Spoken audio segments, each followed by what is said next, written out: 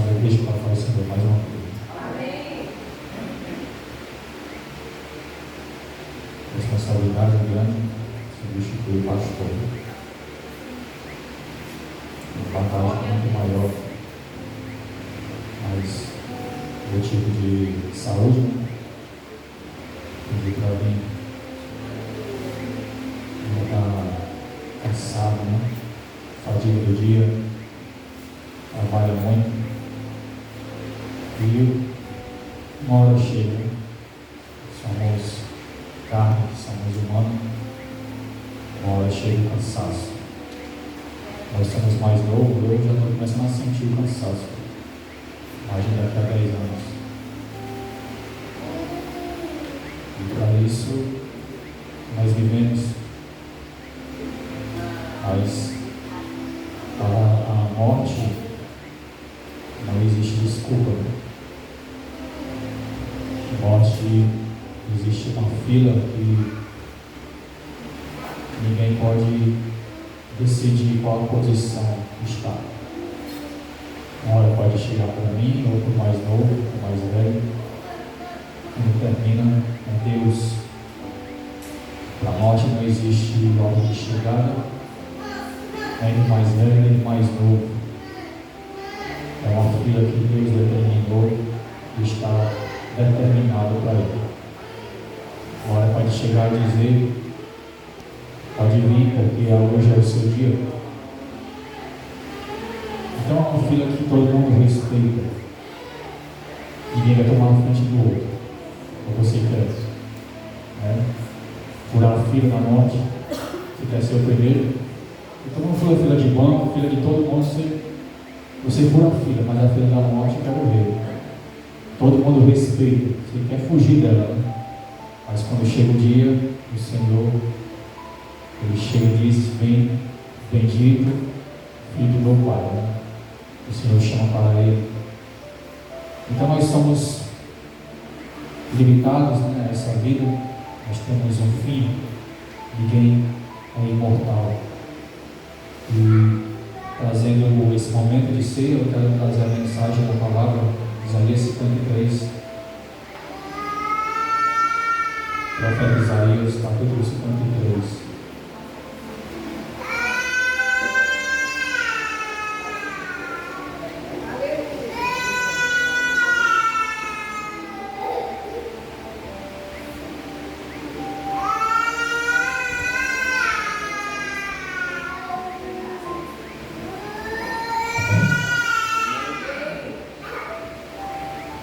Isaías 53. Quem deu crédito à nossa pregação? Para quem se manifestou o braço do Senhor, porque foi subindo como renovo perante ele, como raiz de uma terra seca, não tinha beleza nem formosura. Já indo nós para ele, não havia boa aparência nele, porque o desejassem. Era desprezado, o mais rejeitado entre os homens, homem de dores, experimentado dos sofrimentos, e como de quem dos homens escondia o rosto, era desprezado, e não fizemos dele caso algum. Verdadeiramente ele tomou sobre si nossas enfermidades, nossas dores levou sobre si, e nós o reputávamos por aflito, ferido de Deus e oprimido. Mas ele foi ferido por causa de nossas transgressões, moído por causa de nossas iniquidades. O castigo que nos traz a paz estava sobre ele, e pelas suas pisaduras fomos sarados. Todos nós andávamos desgarrados como ovelhas, cada um se desviava pelo seu caminho. Mas o Senhor fez cair sobre ele a iniquidade de nós todos. Ele foi oprimido e aflito, mas não abriu sua boca. Como o cordeiro foi levado ao matador, e como ovelha muda perante os seus tosqueadores, assim ele não abriu sua boca. Da opressão e do juízo foi tirado. E quem contará o tempo da sua vida? Porquanto foi cortado da terra dos viventes, pela transgressão do meu povo, ele foi atingido. Puseram a sua sepultura com os ímpios e com o rico na sua morte. Ainda que nunca cometeu injustiça, nem houve engano na sua boca. Todavia, ao Senhor agradou a ele, fazendo-o enfermar. Quando a sua alma se puser por expiação do pecado, verá a sua posteridade, prolongará os seus dias, e o bom prazer do Senhor prosperará na sua mão. Ele verá o fruto do trabalho da sua alma e ficará satisfeito com o seu poder. Com o seu conhecimento, Deus serve o justo, justificará a muitos, porque as iniquidades deles levará sobre si. Por isso, lhe darei a parte de muitos, e com os poderosos repartirá ele o despojo, porquanto derramou a sua alma na morte, e foi contado com os transgressores, mas elevou sobre si o pecado de muitos, e intercedeu pelos seus transgressores. Glorificado seja Deus.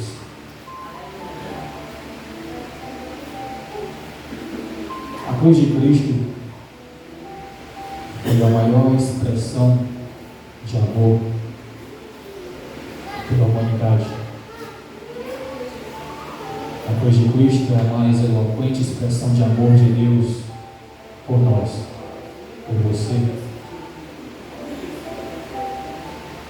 Cristo morrendo na cruz não foi um acidente, não foi por acaso, não foi uma escolha qualquer. A morte de cruz na Cristo teve um propósito. Mas quem levou Cristo até a cruz? Os judeus? Não. Foi Judas que o traiu? Não. Foi Pedro que negou? Também não. Nem foi o Sinédrio que o sentenciou? Nem foi os soldados que o açoitaram? Nem foi os romanos que o condenou? Quem levou Cristo até a cruz? Foi eu, você.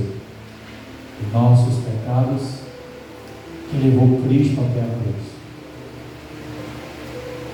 Nós não tínhamos destino, porque Ele, sendo o Cordeiro substituto, Ele morreu por nós, porque a morte cairia sobre nós, a condenação cairia sobre nós. Para você pagar o preço do seu pecado, seria a sua condenação. Nós estávamos condenados ao inferno, mas Deus, olhando para a humanidade, como diz a carta de Paulo aos Romanos, que Ele não encontrou sequer um homem que pudesse fazer o bem. Não há um justo, não há ninguém bem na terra. Deus olhou para a humanidade e viu todos mergulhados no pecado, todos destruídos, e viu que todos precisavam da graça de Deus para uma restituição. E por isso Deus envia o seu Filho para morrer por nós. E na cruz do Calvário, Cristo sofreu por nossos pecados, por mim e por você. E não foi um sofrimento qualquer, não foi simplesmente ir até a cruz e passar momentos até a sua morte, não. Cristo, Ele sofreu desde o seu nascimento. Quando Herodes o perseguiu para matar as crianças, depois que Ele aparece com o seu ministério, Ele começa a ser rejeitado pelos seus, porque a própria palavra diz que Ele veio para o que é os seus, e os seus não receberam. O próprio profeta Isaías mostra que Cristo era um homem que não tinha formosura nenhuma, para que ninguém viesse o desejar. Ele foi tão açoitado que ficou desfigurado, que as pessoas olhavam e o rejeitavam, desprezavam, de tanto castigo que estava sobre ele. Homem justo, que não cometeu pecado nenhum, mas por uma decisão de Deus, entre o Pai e o Filho, a Trindade, para salvar a humanidade, era necessário aquilo. Como diz o próprio texto, que foi do agrado da sua alma. Deus o agradou com ele, o Cristo, naquela cruz, para ver a salvação da humanidade. E por um momento, Cristo, ele bebeu do cálice da ira de Deus. E quando ele olha e vê que está só, que todo o pecado da humanidade estava sobre ele, e o próprio Pai não suportou olhar para ele, não por causa dele, mas por causa de todos os pecados que estavam sobre ele. E ele grita na cruz dizendo: Deus meu, por que me desamparaste? Porque foi o momento que ele se encontrou só. Mas não foi só isso. Na sua caminhada, no seu sofrimento, ia com ele. E por muitos momentos ele procurava os discípulos para encontrar amizades entre eles, para que eles pudessem orar juntos. Eles estavam brigando ou estavam dormindo. E por muitas vezes saía para orar sozinho, porque eles estavam dormindo. Para falar com o Pai, para pedir forças, para suportar tudo aquilo. A chegar ao ponto de dizer: Senhor, retire de mim esse cálice, mas faça a tua vontade. Ou seja, Senhor Deus, Pai, que seja a tua vontade que tudo isso aconteça, que seja. Mas era um sofrimento tão grande que ele chegava a indagar isso a Deus, esse sofrimento. Lá no jardim, quando ele orava, a sua agonia era tão profunda que ele chegou a suar gotas de sangue, um sofrimento profundo que nenhum ser humano pode suportar isso. E somente Lucas expressou esse momento de Jesus, porque ele era um médico. E segundo a medicina, ninguém pode suportar até o sofrimento a chegar a suar gotas de sangue, porque antes disso acontecer, o homem morre de um infarto ou a sua cabeça explode. Mas não era da vontade de Deus que Cristo viesse ter um infarto. Então todo o seu sangue começou a fluir pelos seus poros, o seu corpo começou a suar sangue, para que ele não viesse passar por um AVC, um sofrimento, uma morte súbita. Era preciso ele suportar, a tal ponto que homem nenhum suportou. Mas não existe dor maior do que ser desprezado, de procurar abrigo entre aqueles que o seguiam e não encontra mais.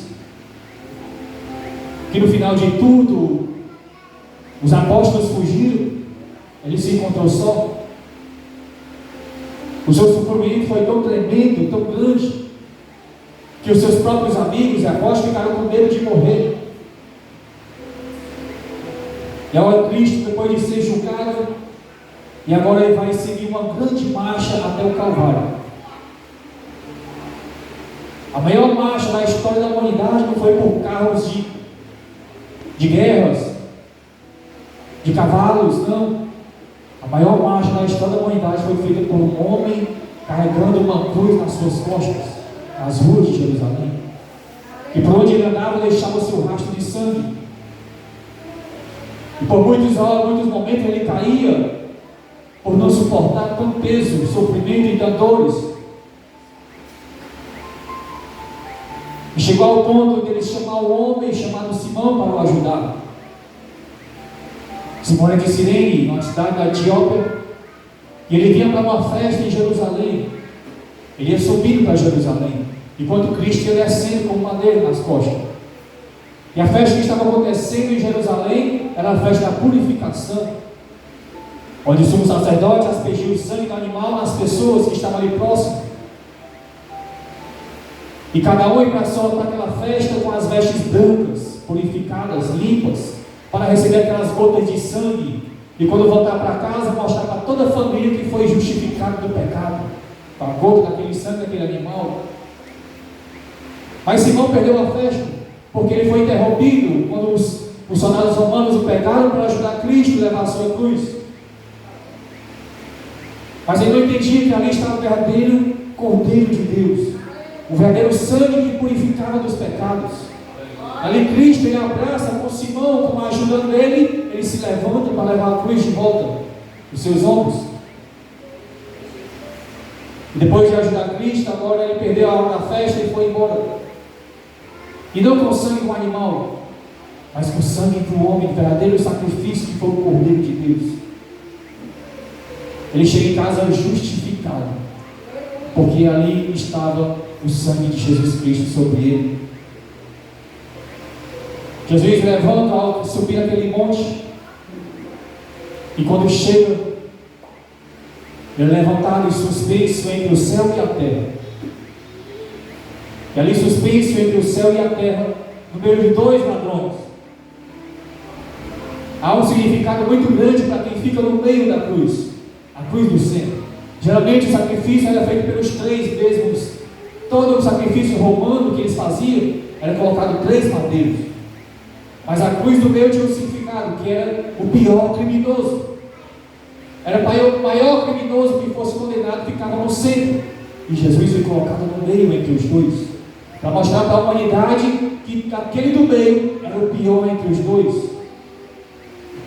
Mas no meio entre os dois ali, um deles olha para Cristo e escarnece dele, dizendo: se tu é o Cristo, te levanta daí e salva a ti a nós mesmos.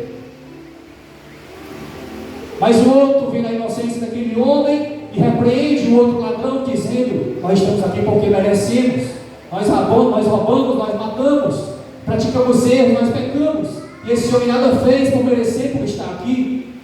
Ele diz: Senhor, lembra-te de mim quando chegar no teu reino.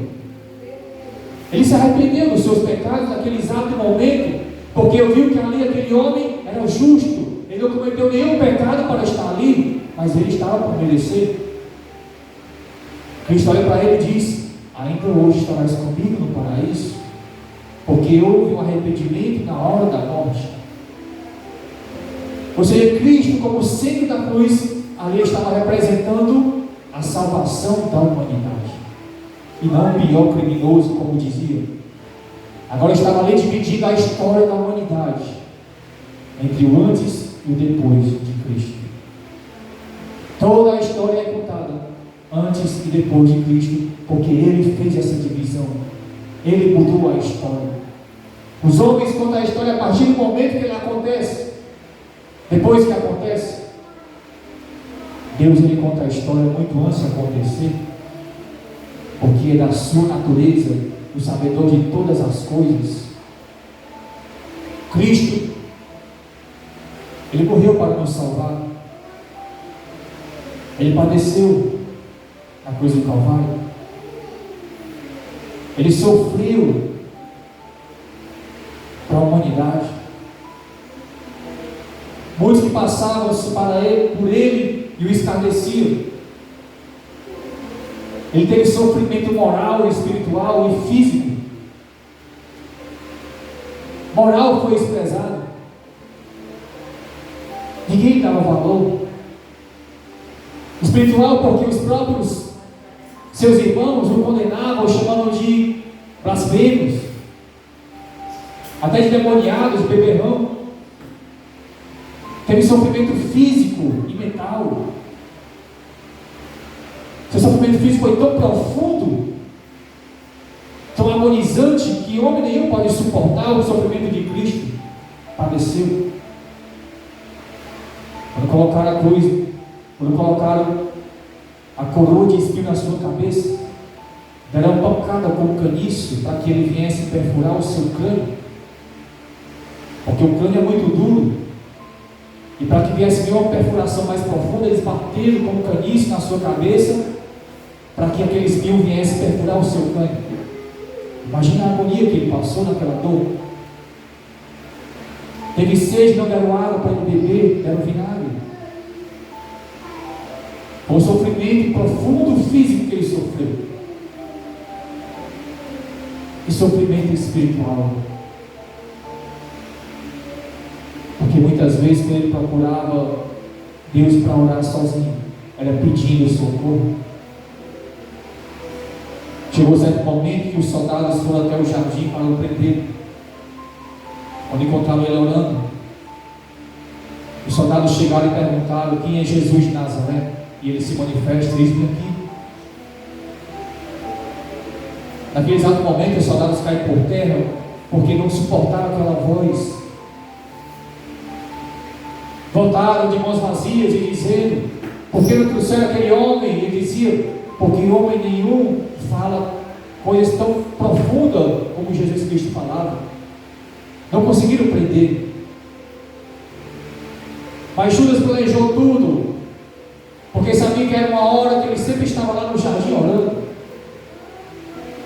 E planejou um horário entre os soldados romanos para pegar Jesus no exato momento em que ele estava orando.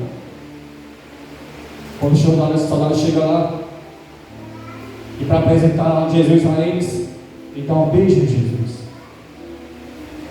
Jesus olha para Judas e diz: filho, me traíste com um beijo. Ele não chamou Judas de traidor. Traidor, me traíste com um beijo. Ladrão, me traíste com um beijo. Não. Filho, me traíste com um beijo. O amor de Jesus era tão profundo que ele conhecia Judas. Porque naquele exato momento em que eles estavam naquela casa onde não tinha ninguém, onde o preparativo da última ceia, era de costume o dono da casa procurar o servo da casa, aquele que cuidava da casa, para lavar os pés dos visitantes. Como não tinha ninguém na casa, a obrigação era de um dos apóstolos. Mas ninguém se atreve a fazer isso, porque ele se achava tão importante e não queria fazer tal ato de humilhação. Mas ficaram envergonhados quando viram que Jesus tirou a sua veste de cima, pegou a bacia com água e começou a lavar os pés de cada um deles. Porque ele mesmo dizia que eu não vim para ser servido, eu vim para servir. Era o serviço de um servo. Quem tinha que fazer era um dos discípulos aquele serviço. Mas ele ficava olhando para o outro para dizer que era mais importante, que era mais chegado a Jesus, que era aquele que o Senhor tinha mais importância com ele, uma amizade mais forte. Eles ficavam com essa briga. Mas Jesus foi lá e mostrou para eles a verdadeira humilhação que poderia passar. A humildade. Ele dizia mais: se quiser ser grande no céu, tem que ser pequeno aqui na terra. Ele não deixou de lavar os pés de Judas. Lavou, sabendo que Judas era o traidor. Ele lavou os pés de Pedro, sabendo que Pedro ia o negar. Ele lavou os pés de todo mundo, porque sabia que todos iam fugir no exato momento que ele ia ser pego. Deixou nenhum para trás. Ele amou a todos, até o ponto de dar a vida por todos nós. E quando Judas o trai naquele exato momento de oração, e que os soldados correm para cima para pegar Jesus, Pedro, com a sua ignorância, saca da espada para arrancar a cabeça de um dos servos do sacerdote, e ele arranca somente a orelha. Pedro ia cortar a cabeça do homem, mas quando ele arranca a orelha do servo do sumo sacerdote, ele estava matando ali toda a história de um homem. Porque o servo do sumo sacerdote, ele entrava para a linhagem do sacerdote. E segundo a lei levítica, para ser um sacerdócio, o homem tinha que ser perfeito. Não podia ser aleijado, não podia ter cicatriz, não podia ser cara-olho, tinha que ser perfeito fisicamente. E agora aquele servo não tinha mais a orelha para ser um sacerdote futuramente, era apenas um estudante. E agora todos os seus sonhos caem por terra de ser um sacerdote. Jesus, conhecendo o coração daquele homem, ele pega a sua orelha e coloca no canto e não deixa nenhuma cicatriz, colocando de volta os seus sonhos. Mas diz a história daquele homem, ele não quis mais seguir, estudar para ser um sacerdote, ele foi um grande missionário. Porque Cristo, quando ele chega, ele muda a história.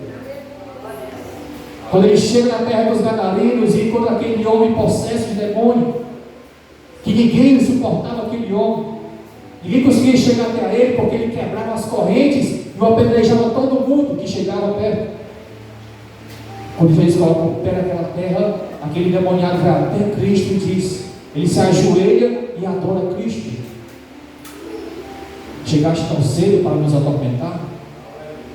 Os demônios o adoraram, o reverenciaram, porque sabia que ali estava o Filho de Deus, o Todo-Poderoso.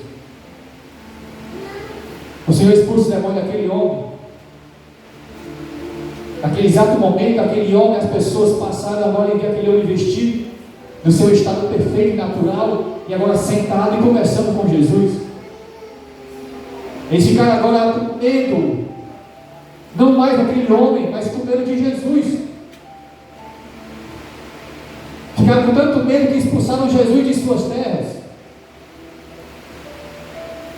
Se aquele homem que era possesso de demônio nem podia chegar perto, e agora Jesus chega perto dele e consegue deixar ele em perfeitas condições. Ficaram com medo de Jesus, expulsaram. Que ignorância. Mas Cristo, ele venceu tudo isso por nós na cruz do Calvário. O seu sofrimento não foi em vão. Nas ruas de Jerusalém, o seu sofrimento não foi em vão. As perseguições, os açoites, a solidão não foi em vão. Porque hoje nós estamos aqui adorando ao Senhor justamente por isso, por causa da morte de Cristo na cruz. O diabo não tem mais poder sobre a humanidade, porque Cristo venceu o inferno. E depois que ele morre, ele desce às profundezas do inferno, e lá nas profundezas do inferno ele toma as chaves do inferno. Ele tira todo o poder de Satanás sobre a humanidade, porque agora a vitória está com ele. Como diz a carta de Paulo aos Coríntios, que tragada foi a morte na vitória. Onde está a morte, a tua vitória, o teu aguilhão? Porque Cristo desceu até lá e venceu a morte. A morte não o pegou, ele se ofereceu a ela. O inferno não entrou em festa, como muitos dizem, da morte de Cristo. O inferno ficou em festa quando Cristo morreu. Não, porque Satanás tentou de todo jeito, desde o jardim do Éden até Cristo, para tentar impedir que acontecesse aquilo, porque sabia que seria o seu fim, seria o fim dos planos de Satanás, seria o nascimento de Cristo. Que no seu nascimento, quando ele nasce, quando aqueles magos do Oriente viram aquela estrela, aquele sinal de que nasceria um rei em Jerusalém, na Judeia, eles procuraram quem? Procuraram Herodes, porque era o rei atual. E quando procuraram Herodes para saber onde nasceu o rei dos judeus, a Bíblia diz que toda Jerusalém, a circunvizinha, ficaram atordoada com aquilo.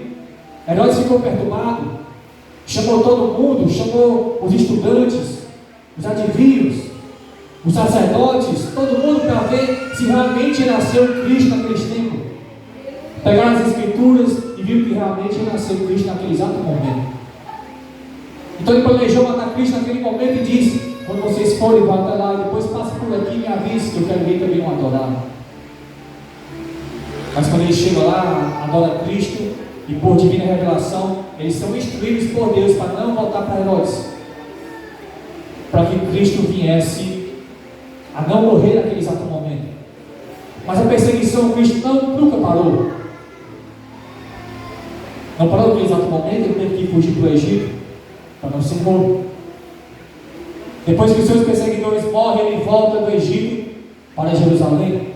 Mas quando ele chega em Jerusalém, estabelece na Judeia, porque em Jerusalém já procuravam matá-lo. E na Judeia se estabelece lá no meio dos seus, mas por algum momento ele foi expulso pelos seus, a sua própria família. E agora ele vai embora para Cafarnaum, onde existiam muitas das suas tias que moravam lá. E lá em Cafarnaum ele se estabelece o seu ministério, junto com os seus discípulos, pregando o Evangelho do Reino, pregando o amor, pregando a salvação, pregando as bem-aventuranças, pregando as boas novas, porque era um Evangelho que ninguém pregava, não existia a mensagem do Evangelho do amor. Quando Cristo veio, a humanidade estava toda perdida. Em Jerusalém só se via pessoas doentes, endemoniadas, leprosos, pessoas cegas, desprezadas. Lá no templo estava lá a elite, fazendo seus sacrifícios, os mais ricos que tinham ofertas para levar. Os sumos sacerdotes, os sinédrios estavam estabelecido lá, mas o pobre não entrava no templo.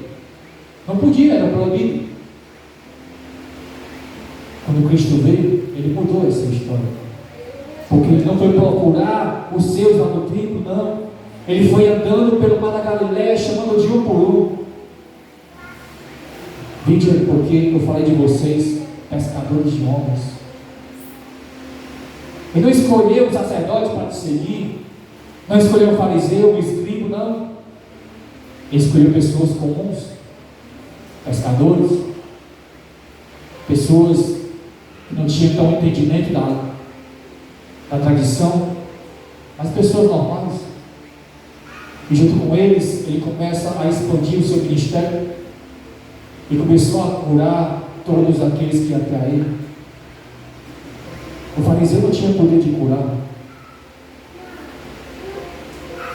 os escribas não tinham poder de curar, os sacerdotes não tinham poder de curar. Mas quando Cristo começa a curar as pessoas, causou grande movimento naquele tempo. Eles começaram a perseguir esse homem. Quem pode fazer isso? Quem pode fazer isso? Ficaram esclarecidos com aquilo que Jesus fazia, dar a vista ao cego, dar vida ao morto, purificar leproso. Ninguém fazia isso. Jerusalém estava numa depravação total, moral, espiritual, religiosa, política, totalmente corrompida. E quando Cristo veio, ele combateu de cara com os fariseus, porque eles se achavam tão santos, tão importantes, que a humanidade, a sociedade o reverenciava como santos. Mas Cristo chega para eles e começa a apontar para eles que eles eram filhos do diabo, sepulcros caiados, imundos, porque de aparência eles tinham tudo de bom, mas por dentro era imundo, sujo. Porque a Deus ninguém engana. Deus ele conhece o íntimo do coração do homem, não só a aparência. Nós nos enganamos muito fácil com a aparência do homem, com as palavras do homem, com a sua sabedoria do que ele fala, o seu poder de persuasão que o homem tem é tão poderoso que ele pode mudar a história da humanidade. Aí o que fez Hitler? O grande matador de judeu, 600 milhões de judeus. Quantos tiros ele deu? O seu poder de persuasão foi tão grande que ele conseguia entrar na mente das pessoas a praticar tão atos tão perversos que não precisou de levantar nenhuma arma, porque ele era persuasivo, ele tinha palavras, ele conseguia enganar as pessoas, mudar o coração, a mente do homem para fazer atos tão perversos. E Deus conhece o coração do homem, ele sabe a maldade do coração de todos eles. Não adianta querer enganar Deus, não adianta querer ser maior que o próximo. Quando o fariseu e aquele publicano entraram no templo para orar, qual foi as palavras do fariseu? É justamente a oração que nós fazemos quando chegamos na igreja. Eu oro todo dia, eu jejuo, eu dou o dízimo. Mas foi o que o publicano falou: Senhor, tem misericórdia de mim, que eu sou pecador. Eu fiz isso e fiz aquilo. Eu sou miserável. Não tenho coragem nem de levantar a cabeça para olhar para os céus. E diz a Bíblia que ele desceu justificado. Por quê? Porque ele reconheceu que era um miserável pecador. E não como tão importante, Deus conhece o coração de todos da humanidade. Ele conhecia o coração daqueles homens que ele chamou. Ele sabia que a vida daqueles homens ia virar de cabeça para baixo depois que Cristo mudasse a história deles, a vida deles. Coisa extraordinária aconteceu com eles durante a caminhada com Cristo e depois da morte de Cristo. Quando Cristo morre, ficaram com medo, foram se esconder. Mas Cristo deixou uma promessa para eles em que eles ficassem em Jerusalém, até que do alto fosse revestido. Depois de ser revestido, eles levassem o Evangelho para a Judeia, para a Samaria, aos confins da terra. O problema é que eles não foram. Eles foram revestidos de poder, mas ficaram em Jerusalém com medo. Foi preciso ser perseguidos. Foi preciso ser levados a ser presos. Pedro foi preso na segunda prisão de Pedro. Foi uma prisão, vamos dizer que uma prisão já federal, não foi uma prisão estadual como a primeira, mas uma prisão que estava lá no fundo do cárcere, que 3 portões dividiam a prisão de Pedro. Cada portão da prisão tinha 4 soldados, e dentro da prisão de Pedro com Tiago tinha também 2 soldados na guarda. Então era faixa de 14 mais ou menos soldados para guardar 2 homens presos. Tão perigoso que eles eram. Mas na madrugada o anjo acorda Pedro e disse: levanta. E Pedro começa a passar pelos portões. Quando chega lá fora, o anjo disse: eu só vou até aqui, o resto é contigo. Quando o anjo desaparece, quando Pedro se dá conta, achando que estava passando um sonho, uma visão, ele acorda no meio da praça. E quando ele corre no meio da praça, ele corre para a casa da irmã Maria, onde os irmãos estavam reunidos para orar. Quando ele bate na porta, uma criança vai atender e vem na brecha da porta e viu que era Pedro. Os irmãos estavam orando. Aquela criança assustada, ele volta e dá a notícia: Pedro está lá fora. Ficaram com medo, assustados, e disse: já? Não terminou nem a oração. Acabou de começar a oração para Deus pedir para a libertação de Pedro e já está liberto. A oração de um justo é tão poderosa que, se você crer, de imediato ela tem o seu efeito. Pedro estava batendo na porta da casa da oração das irmãs.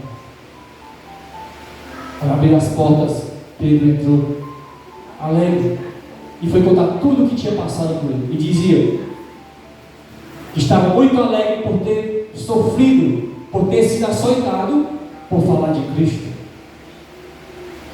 Coisa maravilhosa. Será que estamos preparados para isso? Pedro se alegrou por ter sofrido tanto sofrimento, por ter sido açoitado e colocado preso por falar de Cristo. O seu testemunho foi esse. Mas certa vez, quando ele vai entrar na porta do templo, Pedro e João, ele encontra um homem aleijado que desde criança é colocado lá para pedir esmola. Esse homem já estava com mais de 40 anos, 42 se não me engano, 43 anos, 42 anos lá na porta do templo pedindo esmola. Desde criança ele estava lá. Quando os dois passam por ele, ele diz: o que nós temos, nós não temos o que tu quer, mas o que eu tenho para ti é algo mais extraordinário. Não temos prata nem ouro, nada material, mas o que nós temos para ti é algo precioso. Levanta e anda. Aquele aleijado, ele começa a voltar ao seu estado natural, os seus ossos começam a estralar e ele volta a ficar em pé. Interessante que ele estava na porta do templo, porque ele não poderia entrar porque era aleijado, não podia entrar. Mas depois que ele fica em pé, a primeira ação dele foi correr para a igreja. Ele correu para ir para a igreja de forma desempestada e adorar a Deus por grandes bens que têm acontecido na sua vida. Mas o interessante é que quantas vezes Jesus não passou por ele, aquele aleijado? Quantas vezes Jesus não passou por aquela porta e viu aquele homem e não fez nada? Mais de 40 anos ele estava lá. Não foi uma ou duas vezes que ele entrou naquele templo e passou por ele, não, foi várias vezes. É porque o plano de Cristo tinha que ser na vida dos apóstolos, para que a fé deles viesse se fortalecida a cada dia. Quanto tempo dura o teu sofrimento? Quanto tempo dura a tua petição perante Deus?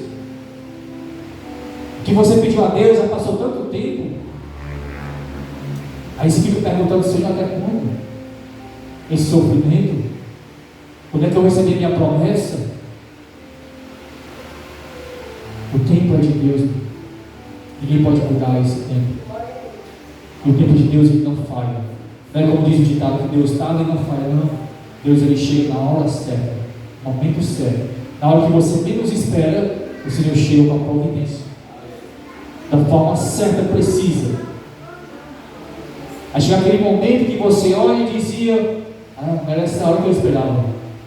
Porque o Senhor, ele, muitas vezes, ele chega naquele exato momento em que muitas vezes estamos até esquecidos daquele que pedimos. Aí chega com a surpresa, glorificado seja Deus. E Cristo, ele venceu a morte, morreu, padeceu por amor à humanidade. E se não fosse por isso, nós estaremos aqui hoje, adorando a Ele e participando por este momento tão precioso que é a ceia do Senhor. Trazer à memória esse momento tão precioso que muitos não valorizam, que é a ceia de Cristo. Só que simbolicamente nós vamos trazer a memória do seu sofrimento na cruz, os açoites, a sua morte, o seu sangue derramado.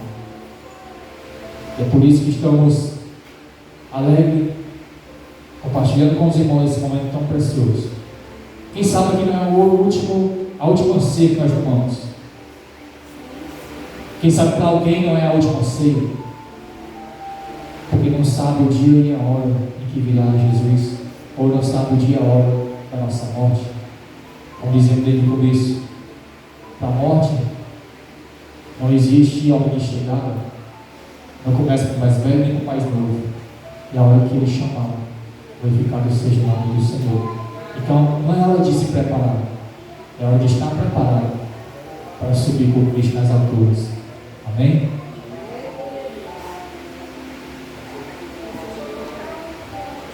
Glória a Deus. Vamos continuar, o Pai vai dar, será graça a Deus, Senhor.